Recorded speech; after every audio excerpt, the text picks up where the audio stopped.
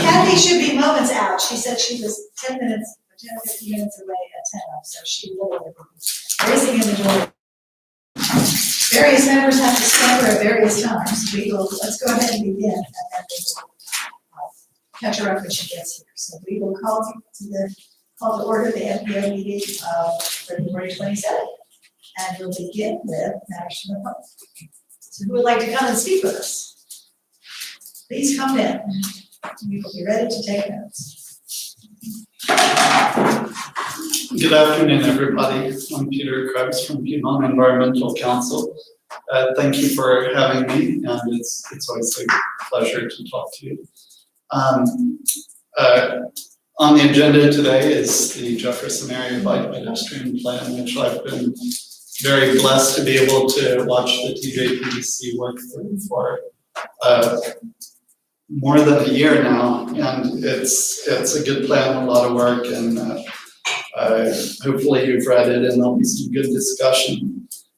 I simply wanted to acknowledge that it's a piece of an ongoing process, and we're seeing good, exciting work going on in real time. Right now, the Albemarle County is looking at making some pretty substantial investments in bike pedestrian, and we're so excited about that. I saw my email just before I came over here that a press release from the city talking about the pedestrian bridge in McIntyre Park this weekend. So this is work that's been going on. It's happening now, and the plan is a milestone, and it's exciting, but it's the opening of a chapter. And we look forward to working with you and communities around Charlottesville and Albemarle, and actually throughout the planning district and PEC zone service area for better bike pedestrian connectivity. Working with communities and governments, university, all types of partners. Advocating for funding from all sources, city, county, Commonwealth, but also very significantly from the private sector as well. Working with landowners to acquire rights of way. Developing programs and policies that educate both cyclists and motorists about safe behaviors on the roads, as well as encouraging people to get outdoors and get moving. And always growing the coalition to bring new voices into the conversation and new types of advocacy. Thank you for your work, and I look forward to hearing the conversation. Thank you. Who else would like to speak with us today? I don't see anyone, so we will cease with that part of the agenda and move on to any other responses besides thank you to Peter, and we'll charge right up. All right. Let's next move on to the agenda. Are there any changes or things people need to add before we accept the agenda as just signed? Let's see. So we will continue on then with the agenda as is and move on to the approval of meeting minutes from January 23rd. Are there any corrections, annotations, or a motion on minutes for January 23rd? Move to approve? Yeah. Second. Thank you. Any other things to say? No? All right, all in favor? Aye. Any opposed? Very good, minutes are approved. And now, with record speed, we will move on to 2045 long-range transportation plan report. Great, so as I pulled this up, I fortunately have some news. This will be the last policy board meeting in this role. I have accepted a position with the Department of Rail and Public Transportation. Yeah. So you might be seeing my face back here, just sitting in a different seat at this table. Well, it's always good to have a friend in Richmond. Yeah. We will be coming to camp on your doorstep. Yeah. That's fine. There we go. I tell him don't come back for that money. Yeah. We'll be coming to you when I'll come back with a grant application. For cheapers. Oh, nice. All right. So on that note, we wanted to follow up or we can continue our conversation on project lists. What we've done kind of in the interim is in your packets, and if folks in the audience would like a copy, we have some spares. We've put together both constraint and project lists for all of the various funding categories. Yeah. Yeah. Yeah. So as folks find that, I'll go through a couple of different slides. Anyone need one? Yeah, That's nice. that's it, yeah. Yeah, and there were just a few once we get to that update, so that's why we made sure to print the copies of that aspect. Thanks, Jacob. Just a quick update on where we are in the process. We are rapidly approaching the May deadline for getting this thing kind of all set up and pulled together.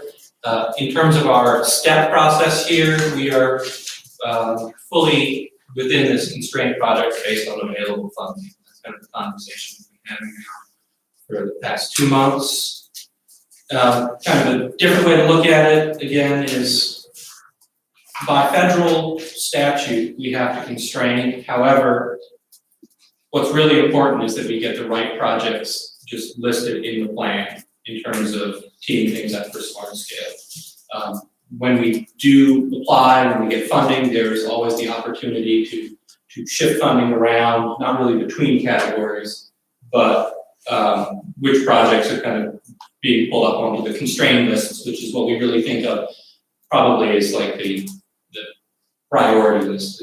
Correct me if I'm wrong, Chuck. Yeah. And that's really what will satisfy the kind of the federal requirement to have this constrained list concept, and what satisfies VDOT in terms of being kind of the gatekeepers of the smart scale process, which is really where a lot of these projects are kind of getting keyed up and funded through. Anything you want to add there? I think covers it all.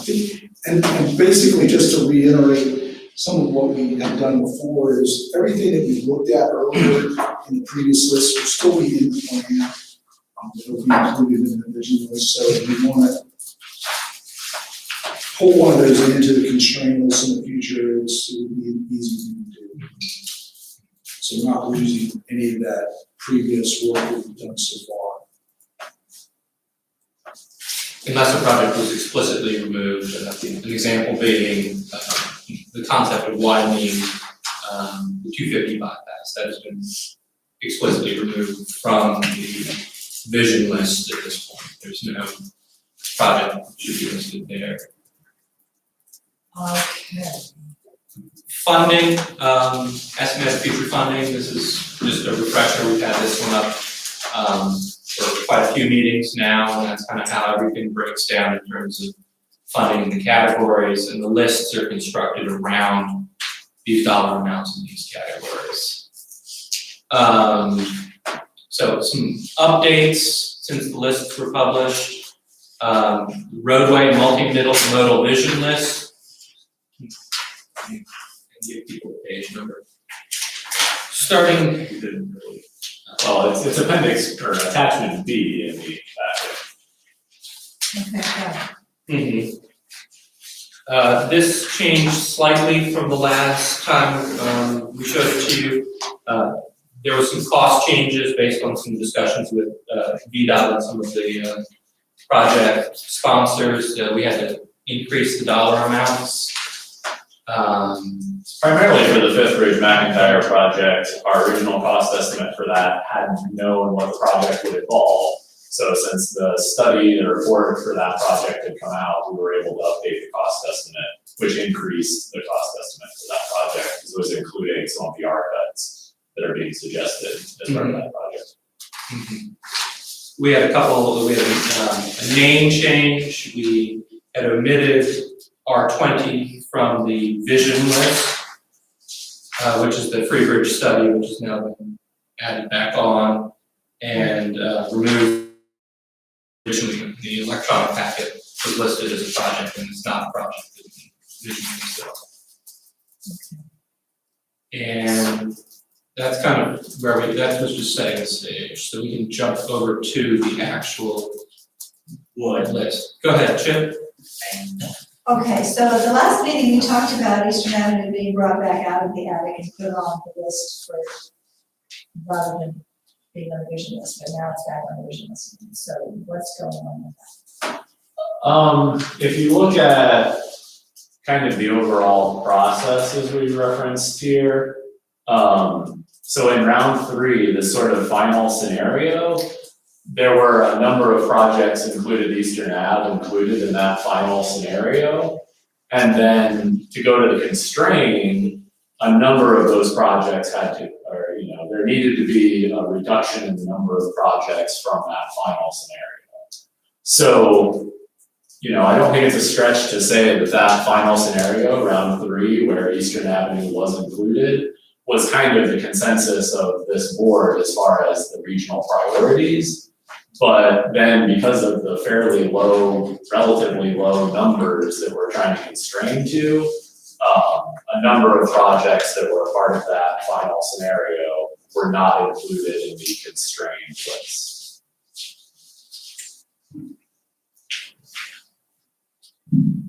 Okay.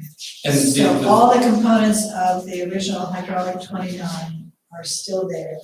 And this is pending, a meeting on, is it the 9th, when the panel is reconvening to provide some guidance? Is that the 7th, yeah. So, March 7th? hydraulic advisory. Oh, okay. Well then, since you asked that, so my question, I guess, was, did I understand correctly that the part, the sort of Holiday Drive section is now the one that's at the top of the list because everything else didn't get adopted this past time, and that's the one thing where the city has so much work to do to even decide if it's going to happen or not. That I don't know why that's number one. There's $18 million sitting out there, $18.5 million sitting out there that we need to pursue a project with, or we risk losing the funding. Okay, but. And we haven't identified what Decided ready to those, go.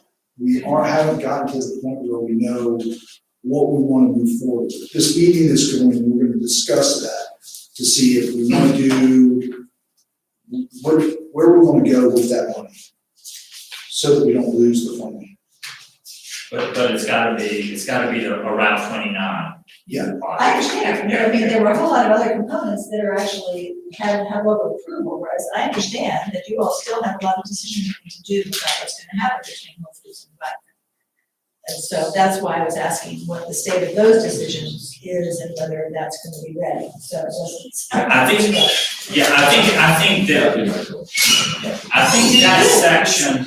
I think that section falls along with any of the hydraulic improvements. I don't think any one part of it is further along than the other. Well, Now, that- right away, it's not like Now, from a construction standpoint, that one has a lot more complications to it. All right, well, very good, I'll sit on that for a while.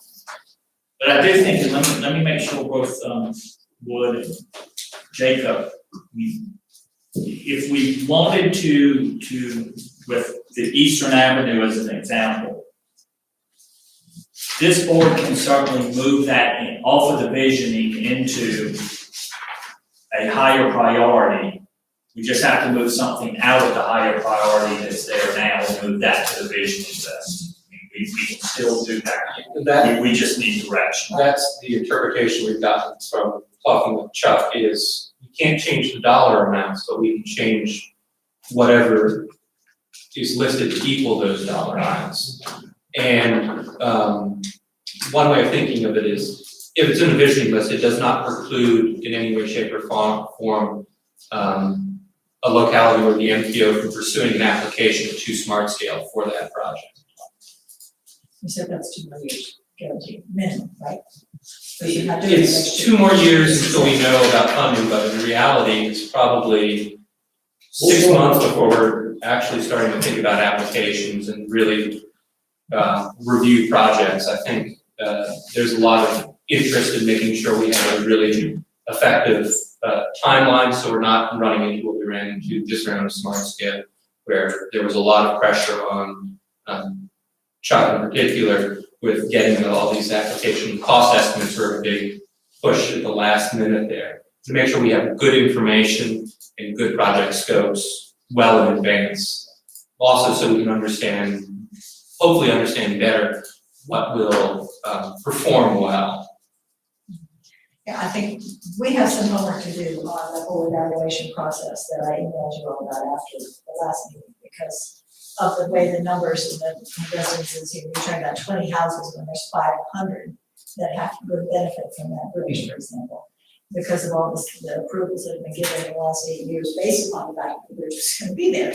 So safety, all these other things that were completely discounted in the rankings are real issues. So when we go back around again, I think it's a better discussion when we have, this is what we used to discuss at this meeting and at the CTAC meeting, was we used to spend months and months and months going into the details of these kinds of things, not just sort of having. Part of the concerns with issues with, it's just part of Smart Scale, when you're talking about that residential development, none of that counts towards the score of the project. Access to transportation, it is a regional network out there, and that was a zero. I mean, there were just multiple things that just doesn't seem to make sense. There was also Better way to tell the story. working with staff, there's the interpretation that was provided in a 2040 plan where that project was identified as a local project only because of the classification of that road. Because the MPO is specifically tasked with dealing with regional networks, which in terms of kind of the engineering definition is a classification of a road as collector or more. So then I have a lot more learning to do. Yeah, How and a city that's, block compares to that, and those are local Yeah. streets. So this has obviously got some learning for me. This doesn't seem to be linear. and now, These kinds of decisions. the other thing is, we used to be able, within a long-range transportation plan, the projects that were on your visioning list were kind of the ones that money just got attached to. That doesn't happen anymore. None of these projects have a single dollar attached to them in the LRTP. You mean on the constraint? Yeah, on the constraint list. They could just be funded They- directly from the constraint. Yeah, they kind of made their way from the constraint list into a 6-year plan. Now, they have to go through Smart Scale or some other competitive funding stream in order to get funding under the current system in Virginia. So we don't allocate funding unless it's for maintenance by, yeah.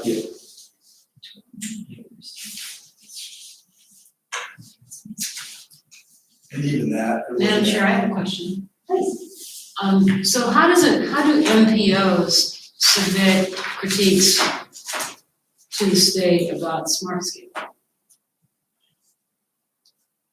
They are collecting feedback on a regular basis. There should be some more outreach coming out pretty soon Okay. about getting feedback. I know they've sent out, Survey out now. there's a survey There's a out, just survey sent out. But that's just random, it's not directed towards MPOs that are responding. Yeah, regional bodies in the localities. Oh, okay, Yeah. okay. Okay, Yeah, so so open how is that to gonna get to us? Because I didn't see that in my. I don't know who it was sent to, we can forward it out. That would be great, because it does sound like we need to go out further. Okay. Is Yeah, that we have really- some central office using, I think. Is it regarding the process or is it regarding the evaluation criteria and different aspects? Because the one that I know I did had to do more with the technical. Yeah, like how was your experience submitting Yeah. application? Oh, How was doing I'm thinking criteria. The decision. We're talking It's about about the facts. giving And input that's on more, the yeah. CPD feedback. what criteria is. Yeah, that would be more of a I feedback. mean, we're gonna look at that, I mean, that's part of what we just had we had an original meeting several weeks ago where all the points of contact got together, and we gave feedback based on what we experienced and what we heard from all localities. They're gonna be reaching out to the localities to get that same feedback, and the regional bodies. It's usually in the summer. Yeah, it's usually probably later this spring. I can check with Chad and the folks from OEB to find out what the timeframe on that is.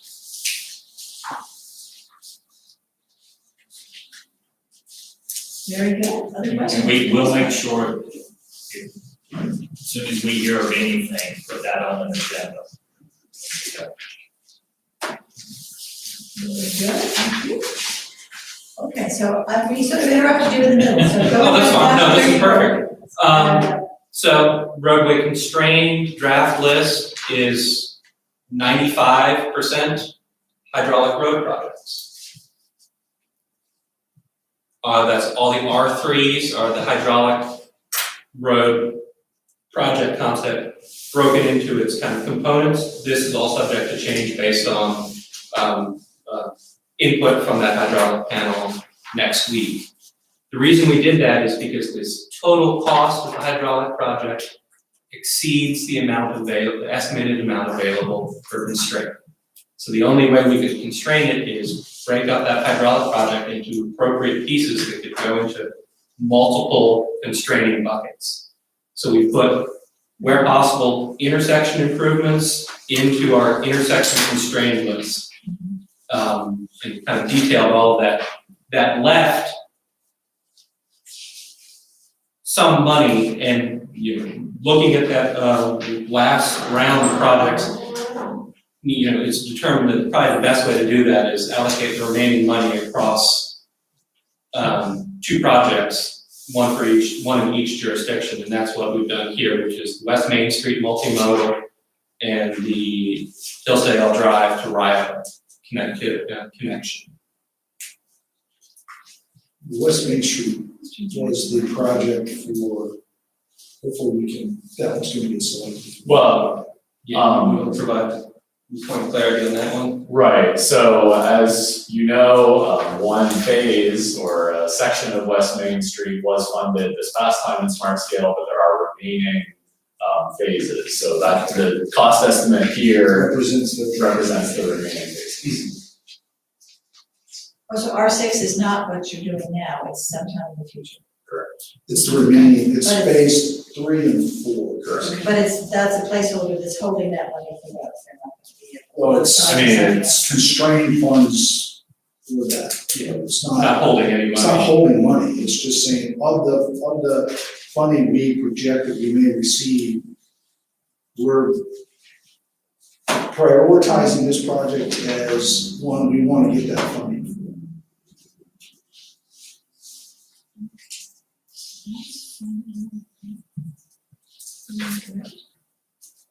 So there's a possibility that R3, C, and D might survive as individual things. And this is still, as you said, 3 years away, it's just, we're starting to be organized now. We don't know yet, because we're gonna meet and talk about those projects, all the projects, at the 7th. If there's appropriate Okay, phasing. but those are the only ones that can survive on their own and have funding that's fewer than. Well, So it's very simple. But you could still apply. I mean, and that's where I think this is so confusing. The MPO could still apply for the full hydraulic to the state through Smart Scale, even though it exceeds our constrained amount. Please stop me if I'm misspeaking. Right. So, I mean, and for me, that's where it gets really confusing between what we have to do for the long-range plan and how the Smart Scale works. So if somehow we thought the full hydraulic package would score better in a year and a half, we could submit the entire package again, and maybe it would get funded. And it could exceed our constrained amount, because that's just the way Smart Scale works now. It's kind of. So we're not limited. This has kind of become an accounting exercise. So that project, excuse me, the Long Bridge, is that the right bridge that's for the, extra line to the Amtrak? Mhm. Did that exceed its constrained amount? That's District of Columbia. Oh, so that's not. Is the project sponsor there, and that's being paid with a variety of sources, so Okay, that's not. so that's not, okay. No, that's currently Well, not. Is that the same, I would it's the same say- issue with the Hampton Roads? I was about to say, For I sure. would bet the Hampton Roads tunnel far exceeded the constrained list. It's a $3.5 billion project. Okay. But they're paying for 75% more than that. Again, that argues for that transportation. Yes. Just so that we can put more money into it, local share? Is that the Yes, idea? yes, I think it's a $3.5 billion project, and so far, and Smart Scale recommended 200 million.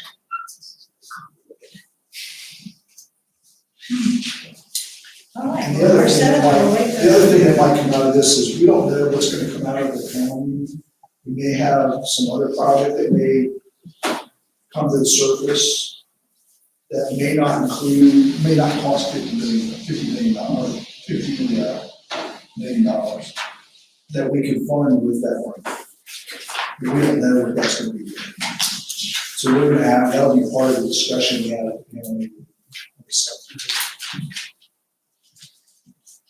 So, and like I said, it could be that if there's another project that we want to put up here, we could put it up there and take some of these off. That's going to be their determination.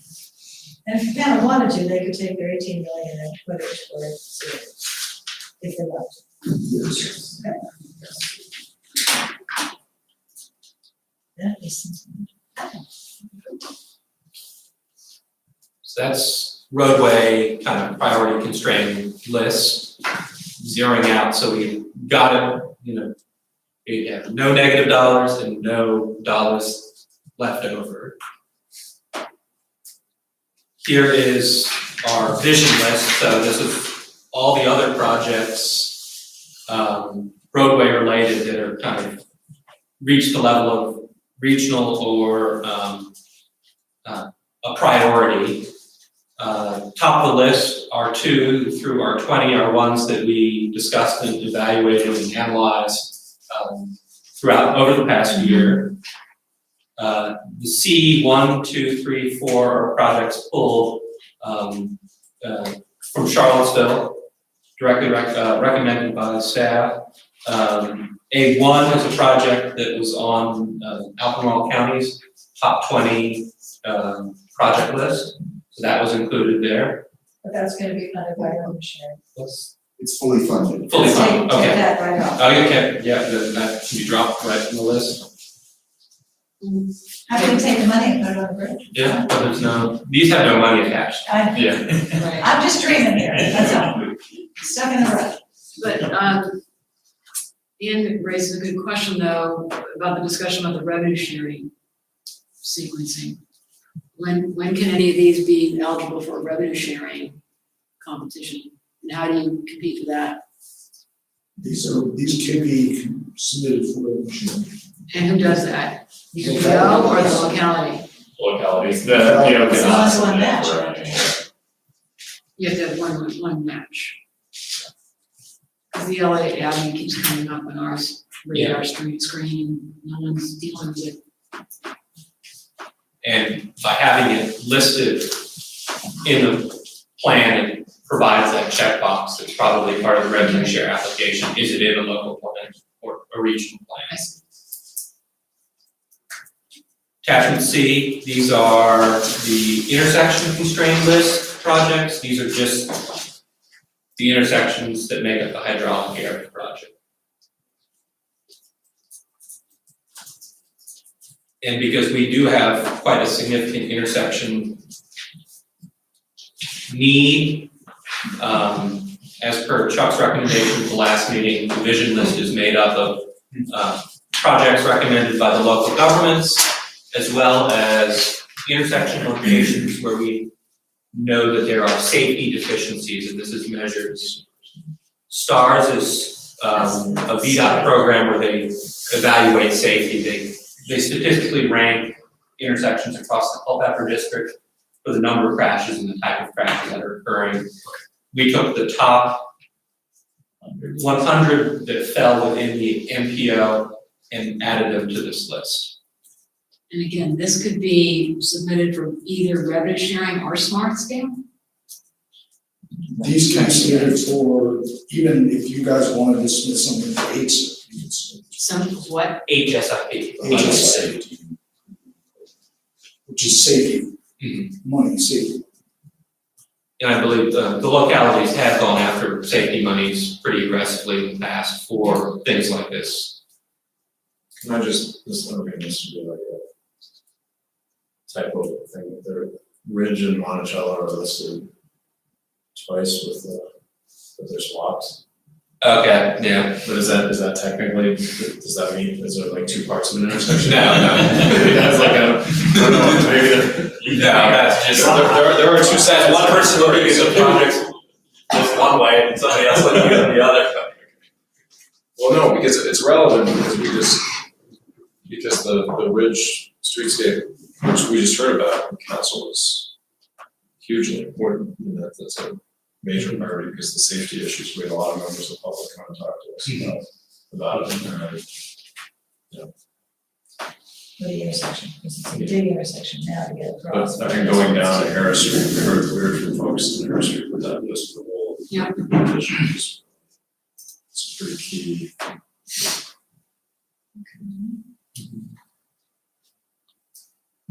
But this, again, needs to be shovel ready. Like we're doing planning on Ridge now. So that would be, we need to be at a point where there's construction documents aren't be eligible for this. No. No, You have to have a plan. Concept Just the is what planning. you You have might a do. concept I mean, plan I'm not and talking about cost, to submit what do you for think it's gonna funding. cost, you have a cost estimate, what do you think All it's right. gonna cost, and You just need to get revenue share, funding. you're basically gonna give out the funding, depending on how they funding, and smart scale, you can see the whole thing. And you basically score on your benefit of the project, And based on the cost. when it comes to safety projects, the MPO is not eligible for the safety pot currently. We'll see. Yeah, so that was something in the last round. The localities were the only ones that could submit a project under a safety need. That they're looking at as part of V-Trans needs, and it will roll over into smart scale too on how those criteria are gonna be evaluated. So they may not have a safety per se location, it may be geometric, which would be COSS, regional network, or media. You may not have a safety. So if that's the case, then the PDC would still be eligible, MPO would still be eligible to do the smart scale applications for COSS and regional network. They couldn't do the UDA, because that's only eligible for state, district grant. COSS. Statewide significance like 29 and 64, 250. Whereas the UDA is Urban urban development areas, and then regional network. Right now, it's most of the major roads in Albemarle County. However, they may be looking at to revise that to be major roads in the whole district, as opposed to just exclusively the. So the UDA is not a funding, UDA is a designation. It's a region, it's an area. Right, but you have to have that designation to Yes. get some funds from. To be eligible for funds on that. Right. The other thing is they may make safety a component of each one of those areas. So you would have a safety need in that area, and you would address the safety need as an application under the UDA fund.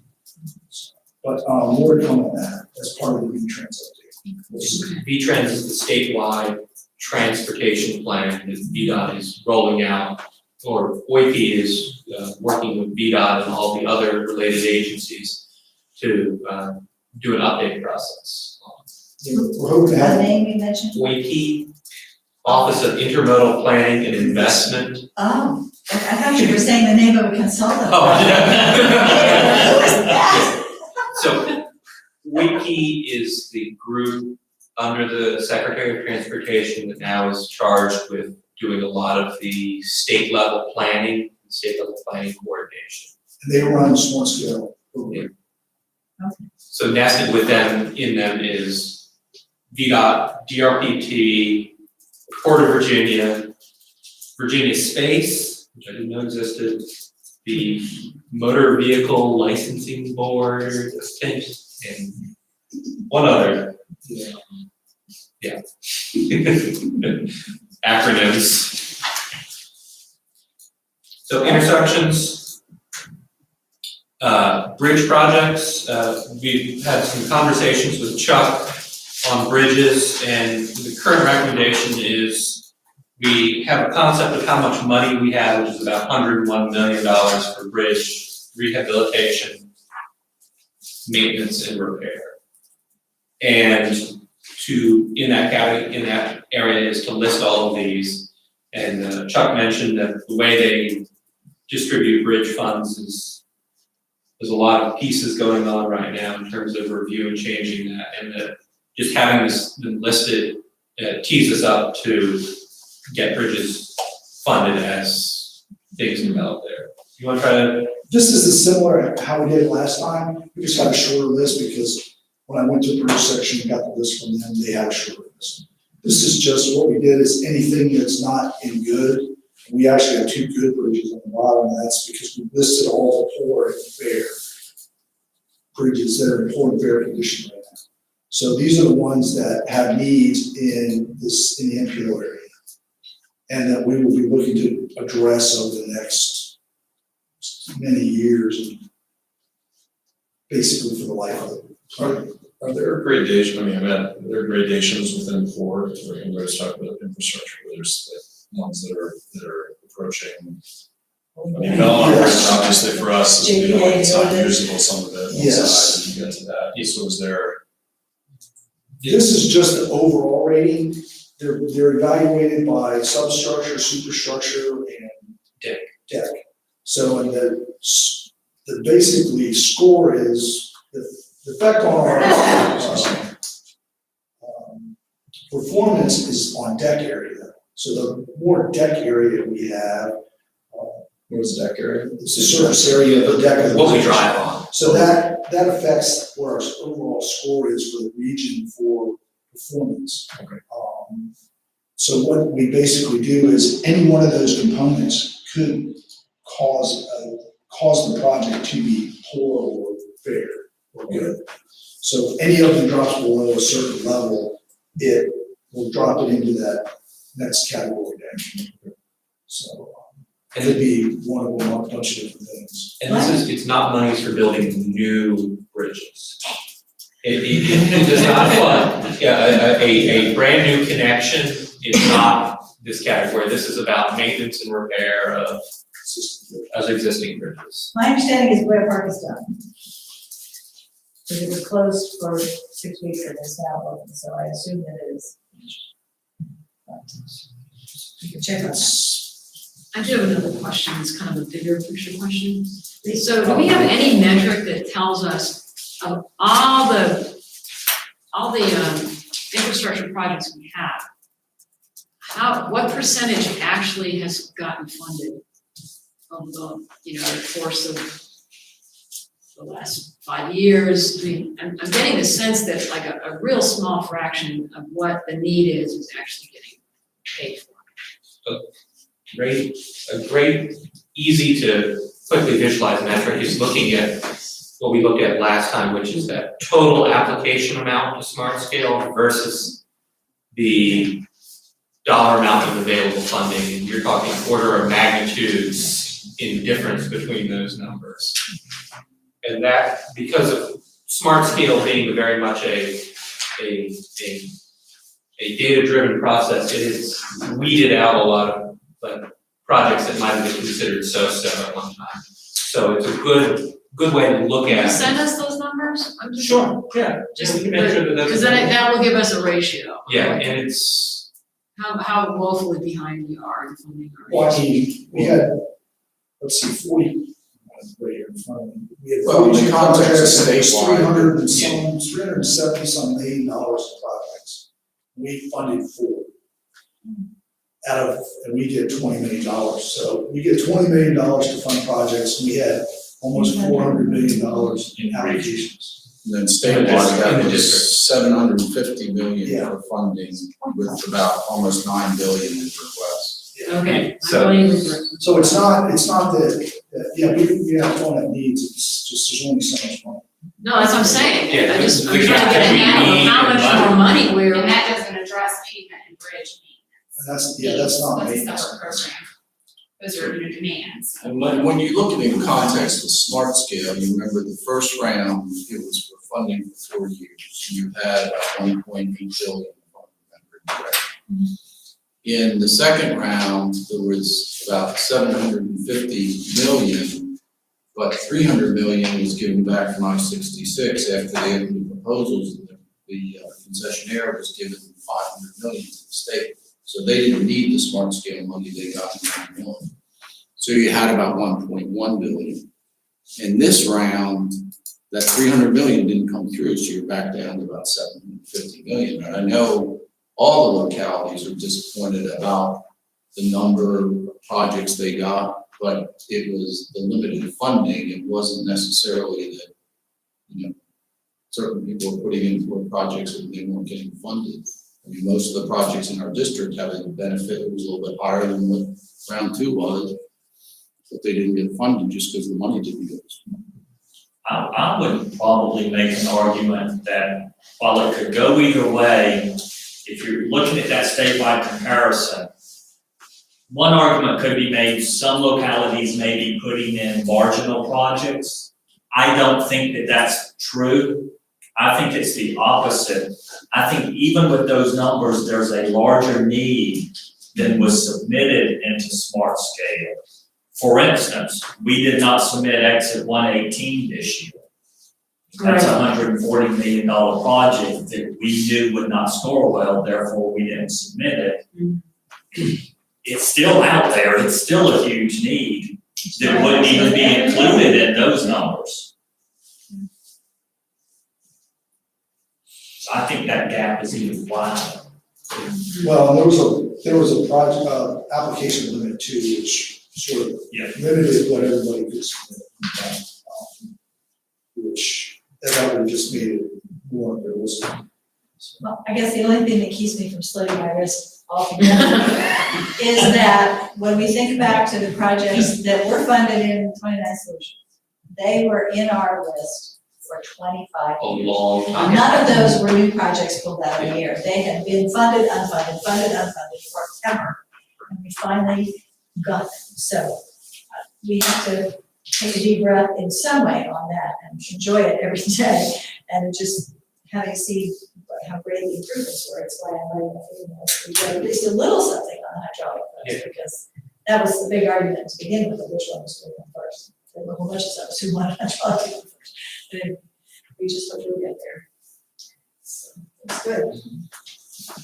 And the last set of lists included are constrained bicycle and pedestrian projects and a very long visioning list detailing the significant need for bike and pedestrian projects in our region.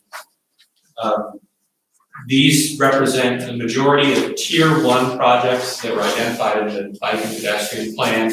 Now, the total list of Tier 1 projects in the bike ped plan exceeded the available funding for constrained use. So Jacob did have to go through a process of identifying which of the Tier 1 list out of the bike ped plan could be fit into the $46 odd million in the bike ped category. I'm gonna check my numbers on that one. Yeah, we didn't put the total here like we did. 43.1. Yeah. So the projects here total about 40 million, it's actually a bit below the constraint. But yeah, as you can see, there are a number of projects on the constraint, and then, yeah, here are a number of projects on the vision list. And as Wood mentioned, this all came directly from the bicycle and pedestrian plan. And that kind of covers what we wanted to provide as information in terms of these project lists. The next meeting, this will all be, Jacob is going to be providing this kind of all probably stitched into the document a little more. So that's kind of our upcoming items in the PowerPoint. Just looking at the remaining timelines, finalize project lists, review multiple document chapters, both at the March meeting. April, review completed plan and a draft public hearing, followed by a 30-day comment period, and then May, plan approval and final public hearing. And I think you're scheduling 2 presentations to both planning commissions. Yes, correct. We did reach out to the city and county planning commission, so I think we'll have a presentation to the Charlottesville Planning Commission here in March, just 2 weeks from now. I haven't heard back regarding whether the timing might be tighter with all tomorrow. We'll see whether it makes sense to get that in. But yeah, we have offers, with both planning commissions to do a presentation. And you have presented to them by. Yeah. Correct, yeah, an updated presentation, if necessary.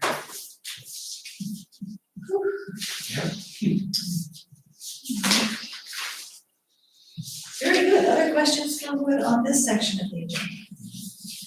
All right, and we can charge up, I guess. We don't need to, there's nothing to vote on right now. So all right. We have to step out. Okay. Thank you. Hope to see everybody again soon, just in a different role. Thank you, it's been a pleasure, it's been really fun working with you all and serving the region. Where are you going? I'm going to DRPT. She wasn't here. wow. Oh, yeah. Today's my last policy board I'm meeting. sorry. Thank you for all your work. Thank you. Wow. My last day is March 4th. Thanks. Next Monday. Yeah. So you moved it over the weekend, did they? So you're gonna be in Richmond? I'm gonna be able to move it. Congratulations and good luck. Thank you very much. Thank you. He's We're riding the train to everything. More money up to there. I'm gonna solve everybody's transit woes. Very good. Okay. Thank you, Will. I guess we will jump on to number 6, which is Joe's Mary Bicycle Pedestrian Plan, Jacob. Yep. New final draft. Yes, so there was, again, a link in the memo provided to you to the website, where the final plan, or the final draft of the plan is. So, hope you had a chance to look over that again. There have been only a few changes since last time. But also just a reminder of how we got to this place. This plan document has been reviewed by city and county staff, by other stakeholders, so the larger Greenways group who we've been meeting with over the last year. It was shown at an open house on January 14th here, and then reviewed by MPO Tech, CTAC, Policy Board a month ago, and also the Planning District Commission, and of course it's been made available online. So yes. The Planning District Commission did not vote to adopt it, so tell us about that. Yes, so it's somewhat similar to the process we've used here. We showed it to you all at the last meeting, and then we told you, okay, we're going to wait another month, let you digest it. In that case, we provided it to them and said, if you're interested in approving it right now, we would be willing to have you approve it. The resolution was there that they could approve it. Okay. But yeah, it was their first time seeing it, and they had one suggestion, or at least one specific suggestion that I referenced here for how it could be changed. So they had a lot of, good thoughts on it, and we expect that they'll approve it at the March. And we did, and it was representative of the city Planning Commission recommended that even though as a planning document focused on infrastructure improvements, they felt that a note in there to say, there also needs to be policy description to make sure that everybody implements a safety program and education process for both bicycle riders and vehicle drivers for bike ped uses. That it's very, very important that everybody understands kind of the rules of the road of vehicles versus bicycles. So Jacob added it to the document, we added that to the resolution. Yes. Those interactions are scary sometimes. Really good comment. Absolutely. So yeah, and also there had been a few comments from you all at the last meeting. So these are the few notable changes that have been made to the document since a month ago when you looked at it. There was a new appendix added at the end that shows multiple maps with the regional bicycle and pedestrian corridors and data about the race of the residents. So instead of all being on one map, where it was a little bit tough to kind of see the race, the people being represented on that map, there are now multiple maps being shown separately. And then similarly, with information that's provided in chapter 7, there was a suggestion to put that online so you can see the bicycle and pedestrian corridors and see the different destinations that are shown in chapter 7. So we were able to put that online. There's a link to it from the bicycle or from the bike ped plan page. There was also the suggestion to include the demographics, the racial information on that online map. Unfortunately, that wasn't feasible. We tried, but there was a technical issue and we weren't able to add that information as another layer. But the map still shows all the destinations that are included in the plan with the bicycle and pedestrian corridors. So those are the updates since the last plan, along with, as Chip referenced, the text that was added to reference the need for increased education and safety programs. That was a really good suggestion. All right, other discussion, other questions? I had a thought about the education piece. Is it too much of a stretch to consider that the city and county implement some sort of internal education approach for those of their staff who regularly drive in city and county roads? I think that's a great idea. Lead by example. That's a great idea. Selfishly, I'm thinking of my own drivers who I hope they don't need education, but welcome the reminder to them. Well, especially since 80% of the people that work in the city don't live in the city. Yeah, it's easy to not see a bicyclist, and so I don't know if it needs to go into here or maybe just plant the seed for that. My recommendation would be rather than to try to, because the plan didn't get into Right, that's the what an strategies, implementation because I think if we did that, there were probably other good ideas that could be, Yeah, but that could be included in the cover when we deliver to yes. Okay. all of the stakeholders. Imagine you get people together, if there's not materials already readily available, form that, and then I think it's just good lead by example. And by the same token, that there are city and county staff that like to work. So it would be really fruitful to have the exchange between the two of them.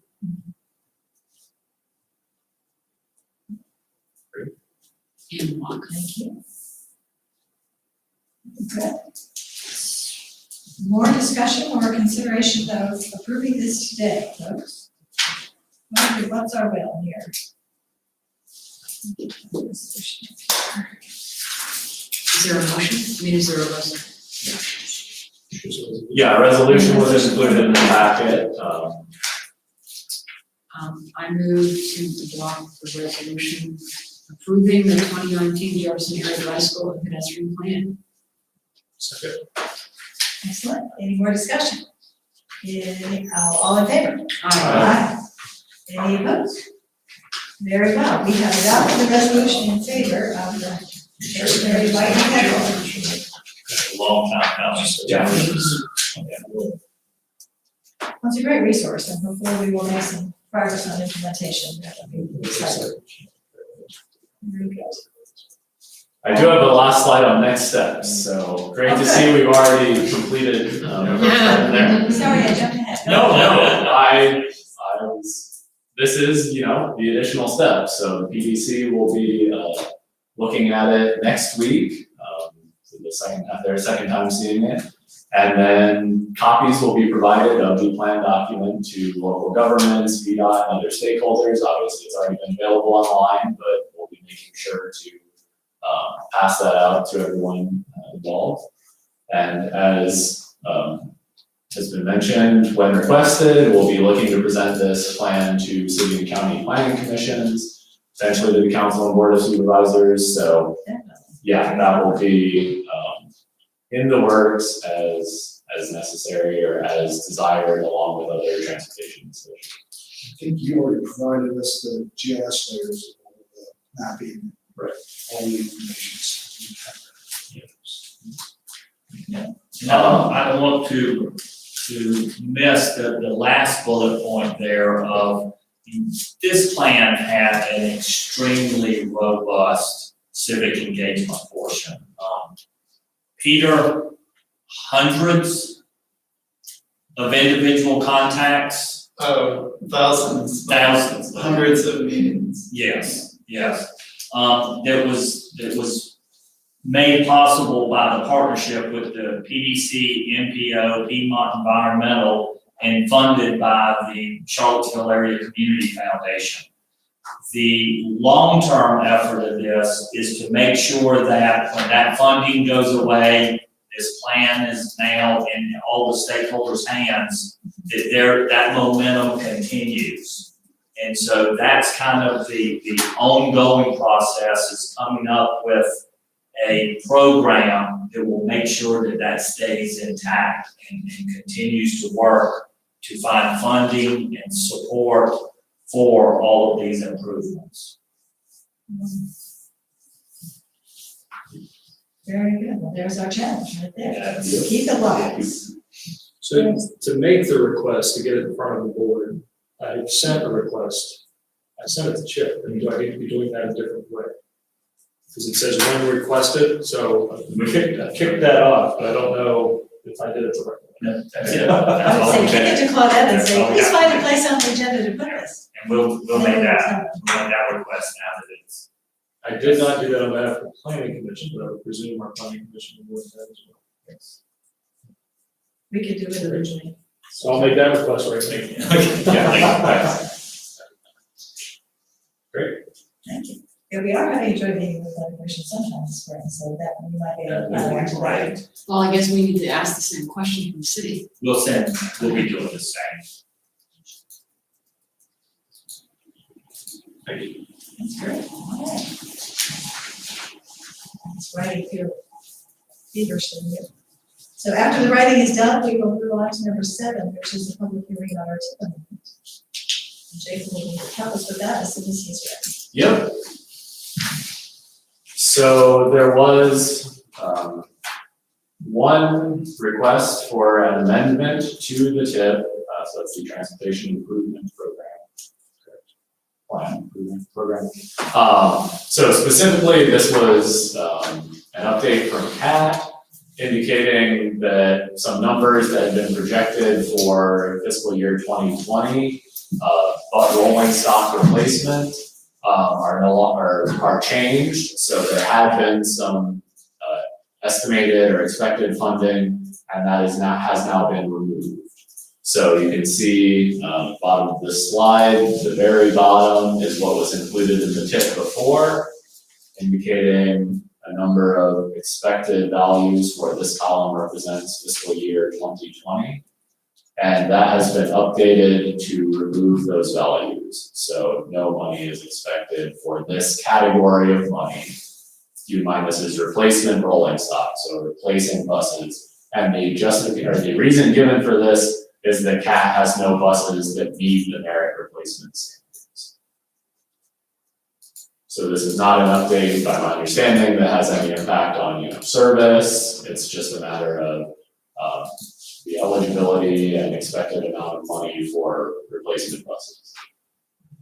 Yeah, I mean, basically, my name's Wesley Kern, and I'm kind of filling in right now, but the state has changed how they're pushing out funds for replacement of buses based upon those merits. As said, in the past, it's been 12 years and 500,000 miles, but our buses are not going to meet that threshold for 2020, which is our 2008 model. So for us to be able to get that additional funding, we have to surpass both those thresholds in age of the vehicle as well as the mileage of that vehicle. So we're having to defer replacement of some of those vehicles until we meet those criteria. So that's the reason behind it. Okay.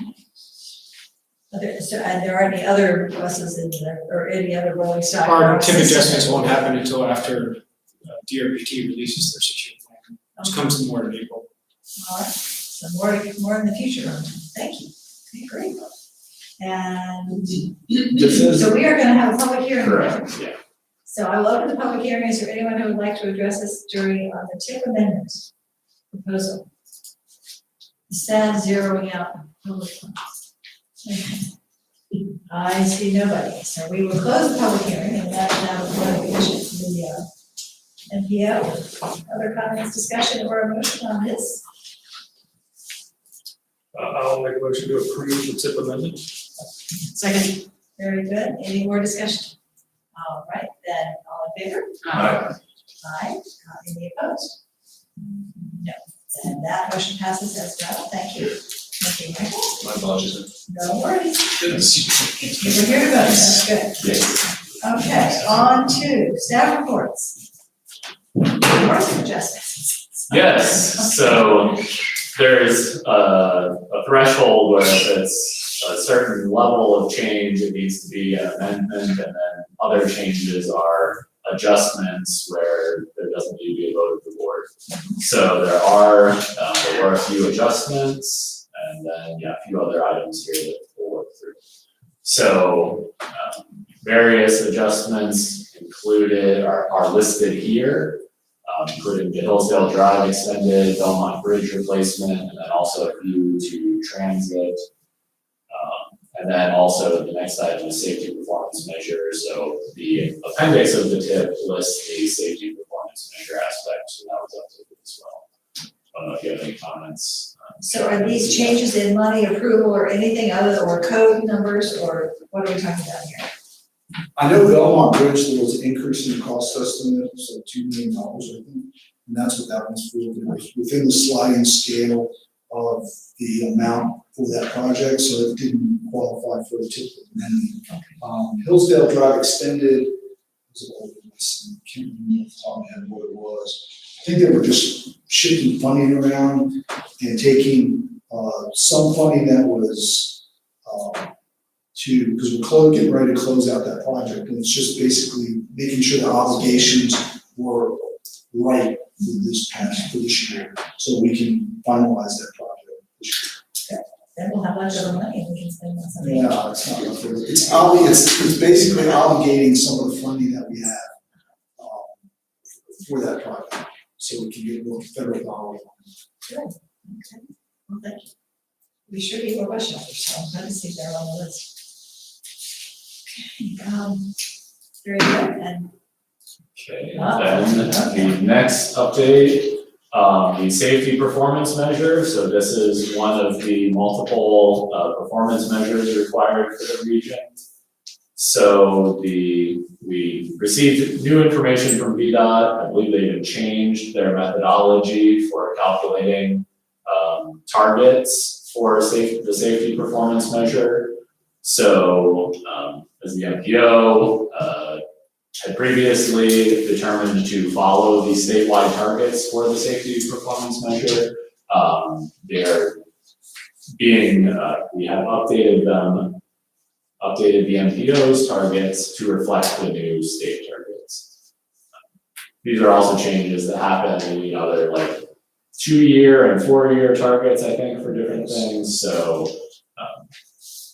We he's can, looking at. we can change it at any time, we're not penalized for it. From a statewide perspective, we have to meet statewide targets overall, but it's an average of all of the crashes over the entire state. So, for the MPO area, we have to set targets and we have to try to strive to meet those targets, but there's no penalty if we don't meet those targets. So these are just the targets, they're not the, reporting of where we, what the numbers, what our real numbers are. Is that correct? This says. I believe so, yes. Okay. So when you report back, you'll have a column that shows the fatalities in our world, shows. For the region. That will reflect whether we succeeded or not, by some real numbers. Yeah, for the region. They send me the numbers. I don't think. I haven't seen those. Yeah. They send it. Yeah, I mean, we're still kind of in the, initial year or two of like setting the targets, so I think, there's more work to be done on what the more evaluation side or seeing how close we come to the targets looks like. So yeah, this is revising or setting new targets. Well, reducing all those things would be good. Yeah, I mean, I do think their new methodology made it so that the targets aren't as aggressive. They had been looking at trends and there'd been, I think, a decrease in fatalities, injuries, that was looking good, but I think over the last year or so, they've realized that was they couldn't keep up those decreases, those safety improvements. So I think that's what leads to the negative values here actually indicate an increase in crashes. So Yeah, it's kind of. That's not surprising, yeah. they've now unfortunately set some of the targets as trying to limit the increase in number of crashes as opposed to actually decreasing them. So then, if you're looking at serious injury reduction in 2018, it was 5% of what? So these, I believe, are different. So in 2018, for 2018 or in 2018, the safety target was a reduction of 5% in serious injuries. But the new methodology, they're seeing that 5% was too ambitious. So they're now setting a 1.15% reduction in serious injuries. They reduced the goal. Yes. It's not that the injury reduction has. Correct, yes, been as reduced, was it's just pointed the out, goal. these are Okay. not the results, these are the goals, the targets. Yeah, that's how You you can't make the bar right? just lower it. Well, at least for fatalities, then 2 years ago, Albemarle had the most in the whole Commonwealth. But how do we know? 16 people killed in 1 year, so. Yeah, so I agree. I'm We glad to need see to that know, didn't happen again, but we need to know those numbers. We yeah, can't the just police say- department, Well- police chief was talking about it all the time, Yeah. it's terrifying. The state is also doing something that I've only heard small presentations on, but to identify more the cause of the crashes. So, certainly some of them are caused by unsafe road design of some sort, but so many of them are caused by distracted driving or by other aspects. Yeah. So I know they're in the middle of doing a rather in-depth process to try to tease out what amount of crashes are caused by these different factors. So I think that's another thing, that will go into future statewide targets is identifying what the causes are and then how to make those changes so that it's not all just saying, oh, if we design all our roads perfectly, there will be no crashes. We know there are a lot of different factors that lead to these things. So someone else is doing that. That's Correct. Between police departments and the collection people in Richmond or somewhere. Okay. Because Yes. most of ours were a single car run off the road and hit a tree in little country roads. I mean, that was that terrible year. And so it was, no, we're not fixing all those roads. It's just, we can't accomplish that. So everybody just has to sit in. And we do have that information per county, so if you're interested in Albemarle, Joel can get the person to come and provide you with the. And how we've done over the last 5 years or something, would be great. Yeah, we have that, it comes out usually this time of year. Okay.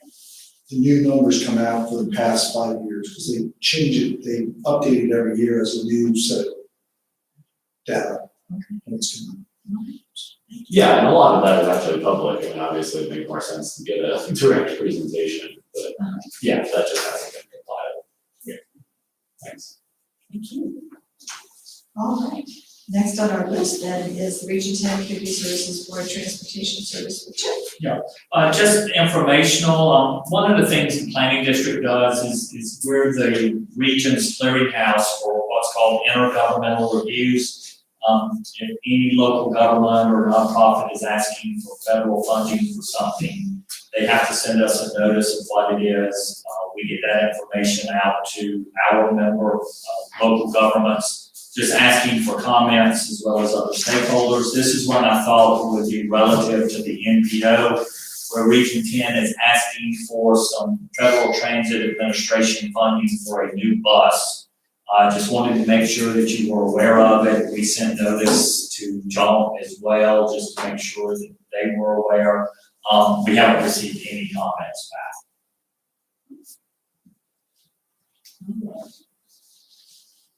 Well, thank you. Next on our list, also with Chip, is the update on the hydraulic feedback stuff. Yes, we will. We've already talked about that. We've talked about that a little bit. We will be convening the hydraulic planning advisory panel again, just to review the scoring from the SMART scale for all of the projects and to receive their input back as to perhaps how we could go about resubmitting, dividing the projects up, changing them in some way. But they spent a lot of their own personal time and effort on this project, and we thought that it was only right to update, because the end goal, two end goals, to create a common land use plan between the two jurisdictions, and secondly, and most importantly, to create projects that we could submit that everyone agreed to for the roadway improvements. We submitted, we got the scores, and now we just want their input on what to do next time. And I think that's really great, and as a member of the HPAP, I appreciate that.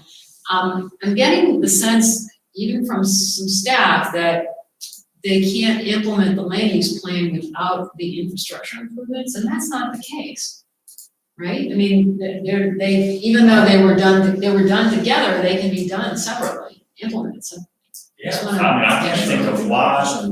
yeah, Yeah, or if we waited for road improvements to change, Yeah. no offense, but Yeah. we would never change land use. Because the Kmart property's been in your process for a couple of years, right? I mean, well, yeah, but this is Trying to calling for a cross over zoning hills change and and, stuff like that. and a lot of, like a different, in order to turn that into a walkable place, just same questions and issues that you're dealing with Rio, you need a wholesale change in zoning. And baby steps can accomplish it. Is that yes, right?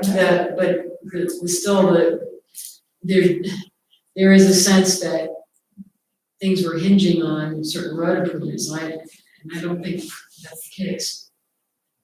I was not either. Okay, so now, you're dealing with, applicants trying to meet what they think is the letter or the spirit of the plan, but the existing zoning is constraining them from doing things. And so I think we need to have that part of the discussion as well. Because I would think too, you would want to take advantage of the development changes based upon the new vision that might could help to fund some of those improvements. Yeah, I mean, that that is the Yeah. logic. So it's, anyway, didn't mean to digress. Very good. And RTP. Sure, Regional Transit Partnership, we have now gone to monthly meetings, beginning in January, at least when it started.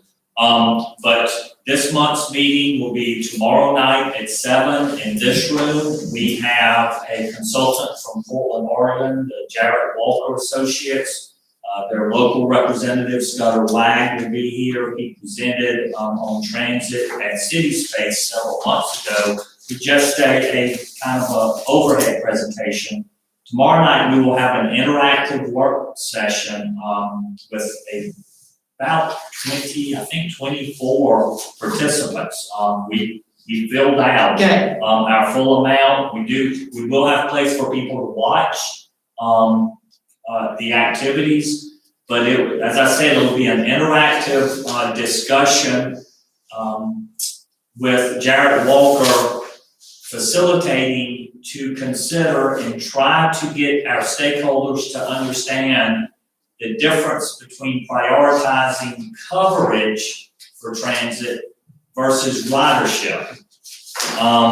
It's a very competing value that local governments have to come to a conclusion of at what level of a spectrum do they prefer more coverage or more ridership? Because I think we all want the maximum of both, but just like with road improvements, there's just not enough money. And correct me if I'm wrong, but ridership is highly correlated with density. Very much so. I mean, So you're talking about changing lane patterns so that you get the densities you need to get the ridership on. like any other public infrastructures, the And higher the that's- density, you can provide water supply better or sanitary sewer. But also the other connected link is that the ridership is, getting higher ridership is tied to reducing your headways, your wait times, so that you can have more buses running more frequently. Because one of the priorities of the strategic plan that we went through was to have these be really great options for commuting. And right now they aren't, because wait times are 30 minutes to 60 minutes. The reliability too is important.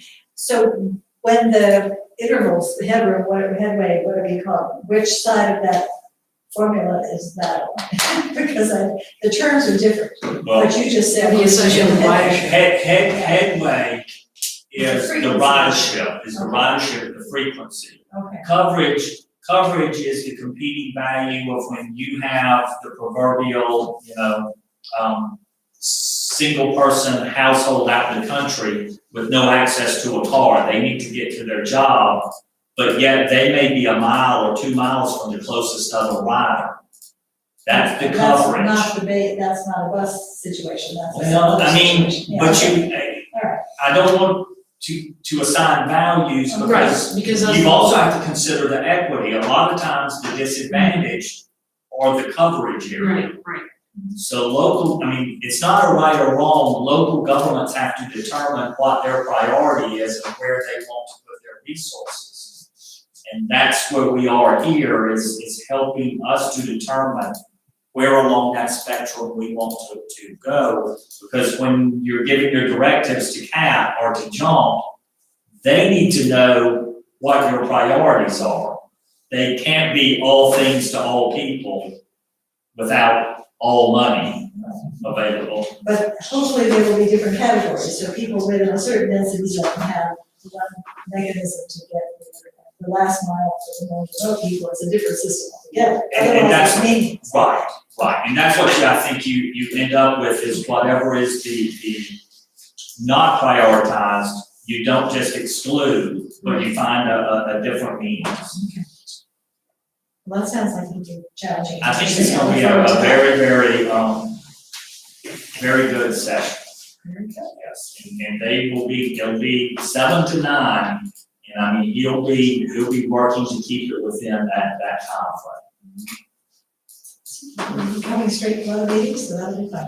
Other staff updates. Yeah, and we're having sandwiches or something too, yes, we have.